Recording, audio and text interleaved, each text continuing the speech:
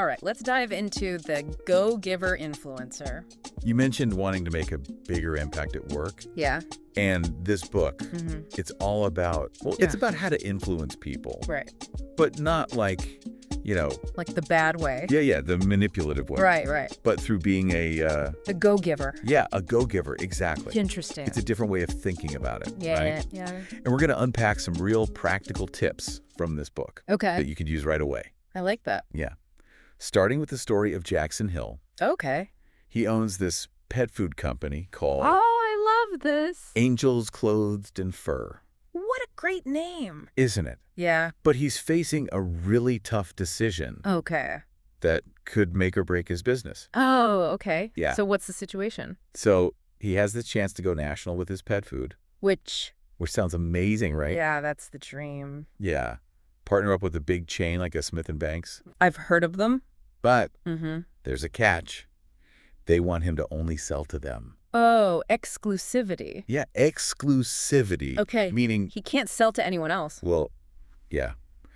He'd have to drop all his local clients, all the smaller stores. The ones who've been with him from the start. Yeah, the loyal Oh, ones. that's tough. It is a tough choice. Yeah. Like, on the one hand, it's national exposure.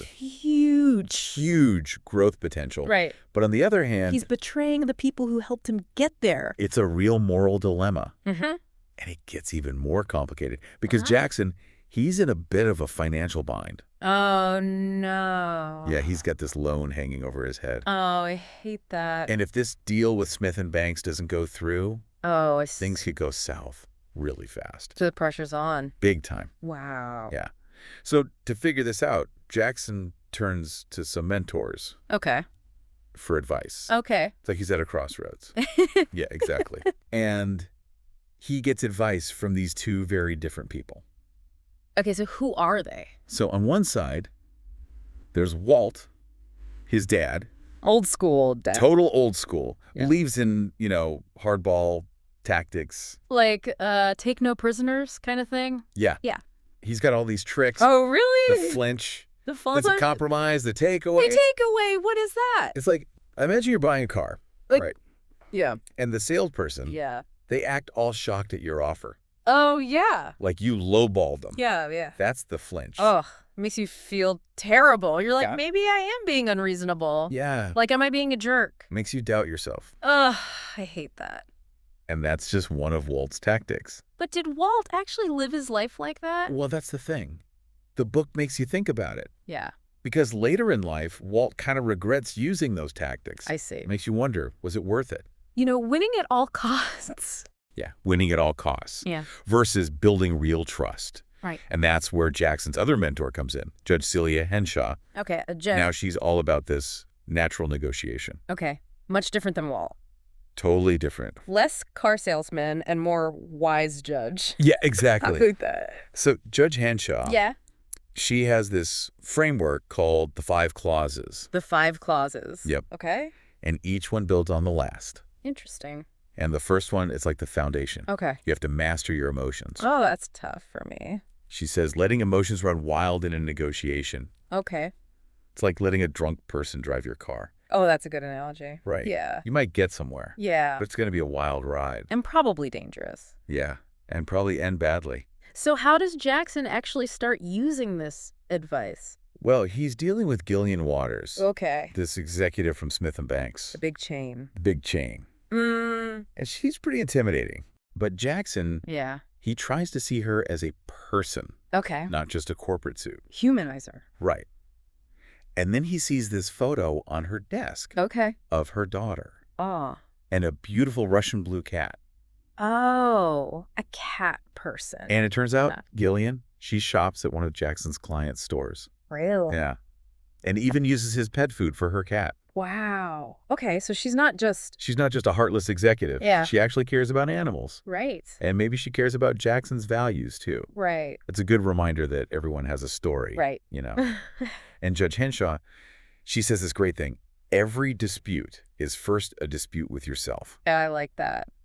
So before you can deal with conflict outside, You got to figure out what's going on Aren't your inside. own biases. Yeah, your own biases, Right, right. your baggage. What you're bringing to the table. Exactly. Oh, I'm already seeing how this applies to me. Like, there have been times when... I bet so many times we bring our own stuff into the situation. Yeah, totally. Right. Yeah. And that can make things so much worse.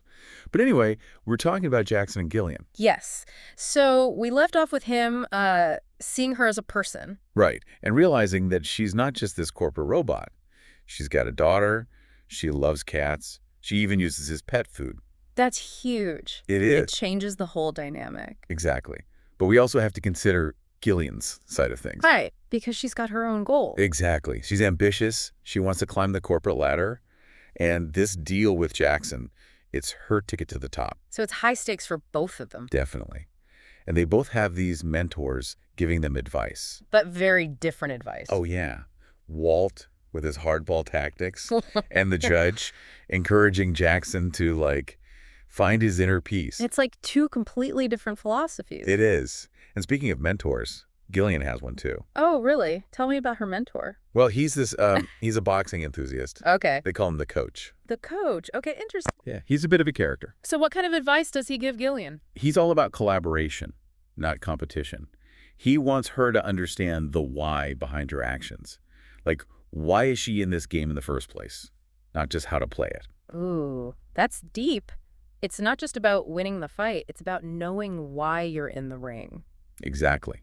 And he emphasizes the importance of trust, building real connections with the people you work with. Because business is all about relationships. It is, whether it's with colleagues, clients, or even competitors. Okay, so we've got these two characters, each with their own goals and mentors, heading towards this big meeting. Right. And remember, Jackson is trying to balance those two voices in his head.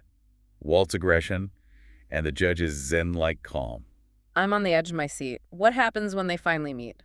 Well, Jackson tries to channel the judge. He walks into the meeting, takes a deep breath, and tries to set a collaborative tone. Okay, good start. But then Gillian brings up his financial troubles. It's like she's saying, I know your weakness, and I'm going to use it. Ouch. That's gotta hurt. It does. And Jackson, he panics. So he reverts back to Walt's tactics. He does. He tries to use the takeaway. Yeah. Pretends to be hesitant about the deal, hoping she'll sweeten the pot. Oh, no. I can see this backfiring. You're right. Gillian isn't fooled. She recognizes it as a tactic. So the meeting goes badly. It ends abruptly. Both of them leave feeling frustrated and misunderstood. Ugh, I hate when that happens. You try to do the right thing, but it just blows up in your face. So what happens next? Well, Jackson goes back to his dad for advice. Of course he does. Walt gives him a pep talk. But even he admits that maybe his hardball tactics haven't led to the happiest life. So even Walt is having second thoughts. It seems that way. And then they have this really touching conversation. Jackson's mom had passed away when he was younger, and Walt reveals that she always believed in Jackson, even when he doubted himself. Ah, I love those little moments of vulnerability. Me too. It's a reminder that everyone has their own struggles. And their own insecurities. Exactly. Yeah. Meanwhile, Gillian is also processing the meeting. She turns to the coach for guidance.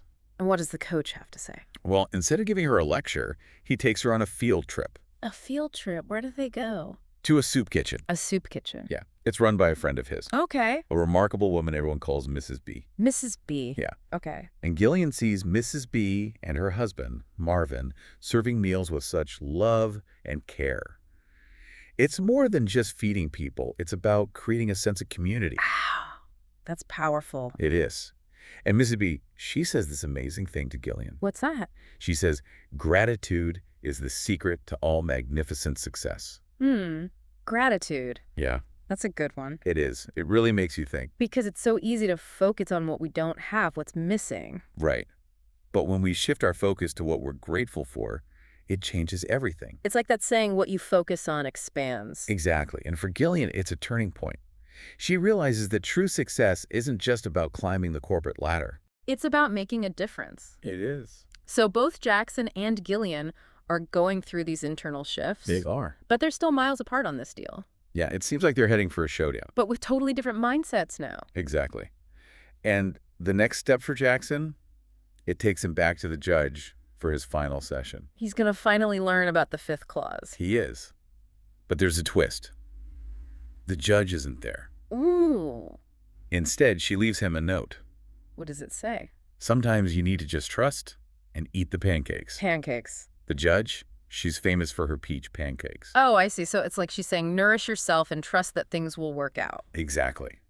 So with a belly full of pancakes and a head full of questions, Jackson goes to his final meeting with Gillian.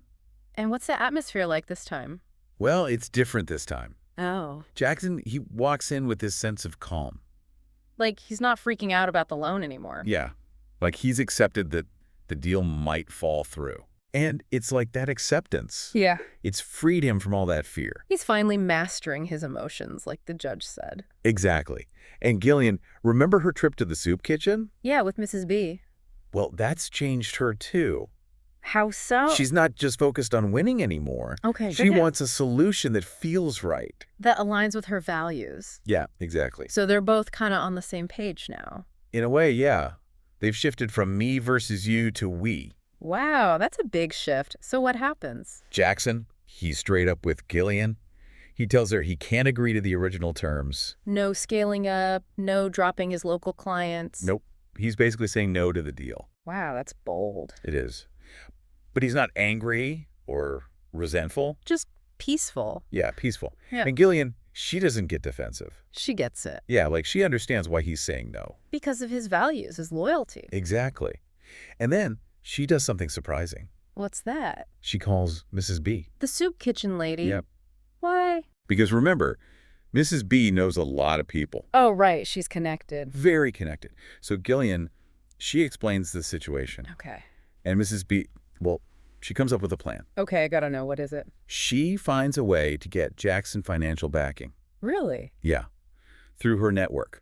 Wow. So now Jackson can keep his values. Yeah. Stay local. And still partner with Smith and Banks. On a smaller scale. Yeah, This is amazing. it is. Everyone wins. Jackson keeps his business. Gillian gets her deal. And Mrs. B, well, she gets to help people. It's like proof that generosity really works. It really is. Yeah. It shows what can happen when we let go of control. And trust that things will work out. Exactly. But hold on, we still need to talk about the fifth clause. Oh, right. You want to know the secret ingredient? Yeah. What makes it all work? It's letting go of having to be right. Oh, wow. It's tougher than it sounds. It is. Like Jackson had to let go of controlling everything. Trust that even if he walked away, it would be okay.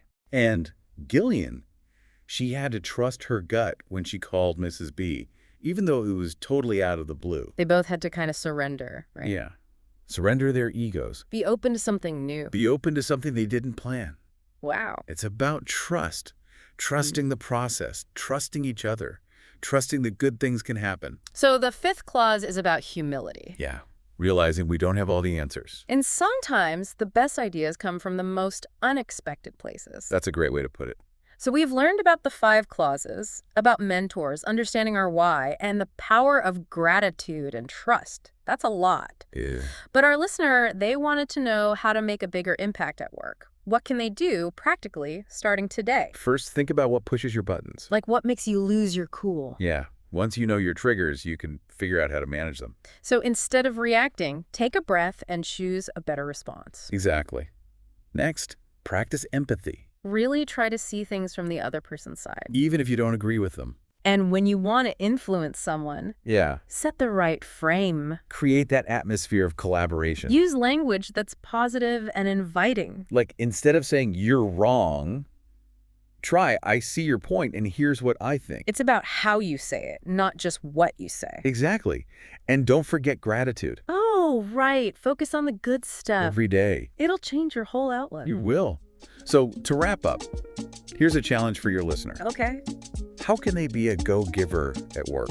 Use their skills to help others, make a difference. Make their team, their whole organization better. I love that. It's not about climbing over people to get to the top. It's about lifting everyone up. And maybe, just maybe, they'll find some of their own angels clothed in fur along the way. Until next time, keep learning, keep growing. And keep being awesome.